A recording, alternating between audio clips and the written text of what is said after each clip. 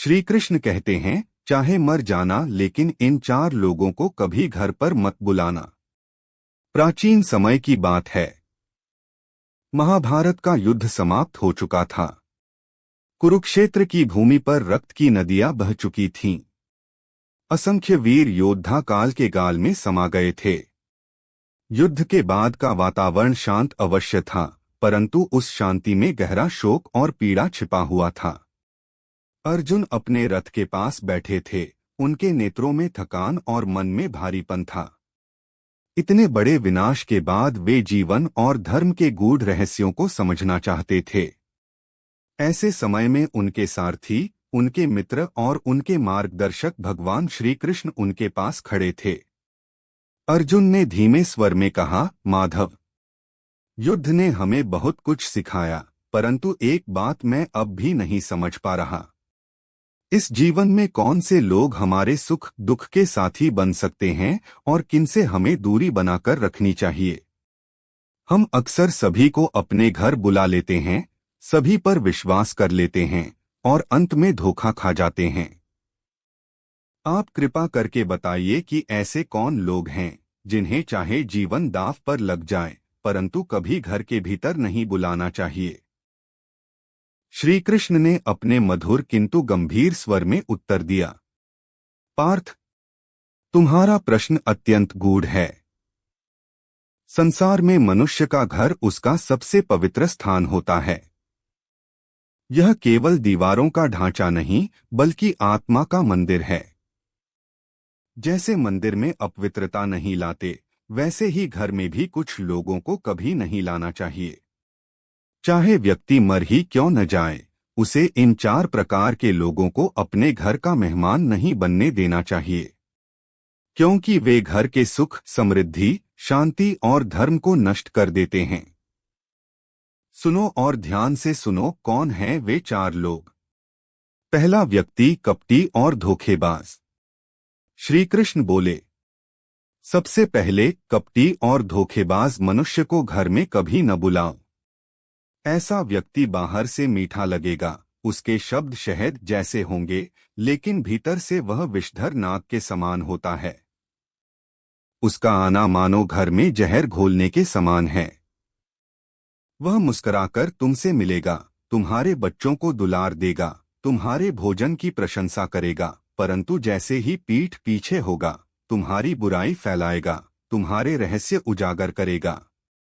पार्थ, कपटी मनुष्य घर का सबसे बड़ा शत्रु है, क्योंकि घर की गोपनीयता, घर की पवित्रता सबसे पहले नष्ट करने वाला वही होता है। जैसे ही उसे घर का द्वार मिलता है, वह भीतर की बातों को बाहर कर देता है और परिवार को आपस में लड़वा देता है। ऐसा मनुष्य मित्र नहीं, बल्कि विध्वंसक होता है। श्री कृष्ण ने एक उदाहरण सुनाया। एक बार द्वारका में एक व्यक्ति ने अपने मित्र को भोजन पर बुलाया। वह मित्र दिखने में बहुत भला था, परंतु भीतर से कपटी था। उसने भोजन करते समय घर की हर चीज पर नजर डाली, किस कमरे में क्या रखा है, किस अलमारी में कितने आभूषण हैं। अगले ही दिन उसने चोरों को सूचना दी और वह घर लुट गया। परिवार निर्धन हो गया। देखो पार्थ, एक कपटी व्यक्ति को घर बुलाने से समृद्धि कैसे नष्ट हो जाती है। इसलिए मैं कहता हूं, चाहे भूखा मर जाना, परंतु कपटी मनुष्य को घर की चौखट पार न करने दो। दूसरा व्यक्ति निंदक और अपवित्र वाणी वाला। श्री कृष्ण आगे कहने लगे, दूसरे प्रकार का व्यक्ति वह है जो हर समय दूसरों की निंदा करता है, गाली देता है और अपवित्र वाणी बोलता है। पार्थ, ऐसा व्यक्ति जिस घर में जाता है, वहां का वातावरण कलुषित हो जाता है। उसके शब्दों से घर की दीवारें भी कांपने लगती हैं। निंदक का स्वभाव यही है कि वह किसी के गुण नहीं देखता, केवल दोष खोजता है। वह दूसरों को गिराकर स्वयं को ऊंचा दिखाना चाहता है। यदि तुम ऐसे व्यक्ति को घर बुलाओगे, तो वह तुम्हारे परिवार के बीच भी निंदा का बीज बो देगा। वह कहेगा, तुम्हारा भाई ऐसा है, तुम्हारी पत्नी वैसी है, तुम्हारा पुत्र निकम्मा है, धीरे धीरे उसके शब्द घर वालों के हृदय में उतर जाएंगे और परिवार आपस में लड़ने लगेगा। याद रखो अर्जुन, निंदक मनुष्य घर का वैराग्य नष्ट करता है, बच्चों के मन को दूषित करता है और लक्ष्मी को दूर कर देता है। शास्त्रों में कहा गया है, जहां अपवित्र वाणी बोली जाती है, वहां लक्ष्मी कभी स्थायी नहीं रहती।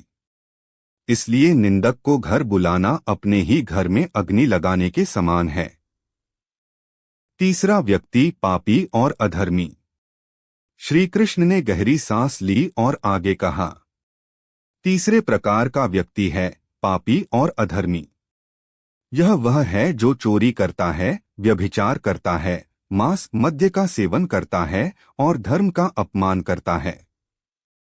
पार्थ, यदि ऐसा व्यक्ति तुम्हारे घर में प्रवेश करेगा तो देवता उस घर को छोड़ देंगे। तुम जानते हो, जब पापी घर की चौखट पार करता है तो वह अपने साथ अदृश्य अशुभ शक्तियां भी लेकर आता है।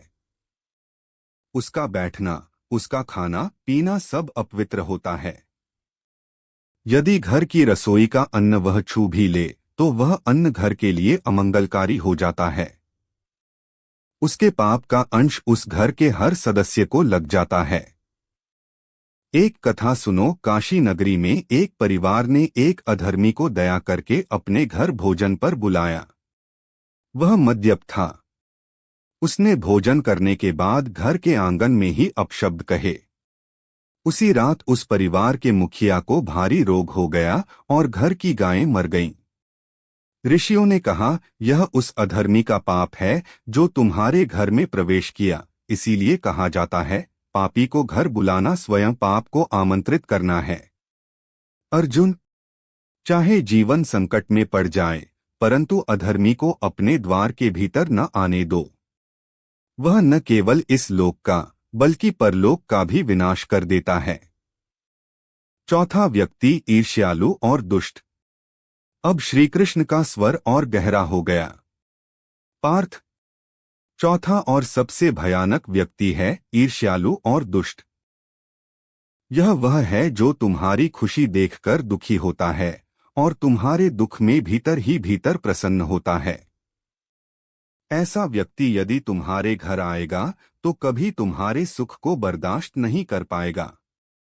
वह तुम्हारी उन्नति देखकर भीतर से जलता रहेगा और अवसर पाते ही तुम्हें गिराने की योजना बनाएगा। ईर्ष्यालु मनुष्य कभी मित्र नहीं हो सकता। उसका हृदय जलन से भरा होता है। यदि तुम उसे घर बुलाओगे तो वह बाहर से तो मुस्कराएगा, परंतु भीतर ही भीतर सोचता रहेगा कि यह घर कैसे उजड़े। उसकी नजर बच्चों की पढ़ाई पर होगी, स्त्रियों के आभूषण पर होगी, परिवार की समृद्धि पर होगी।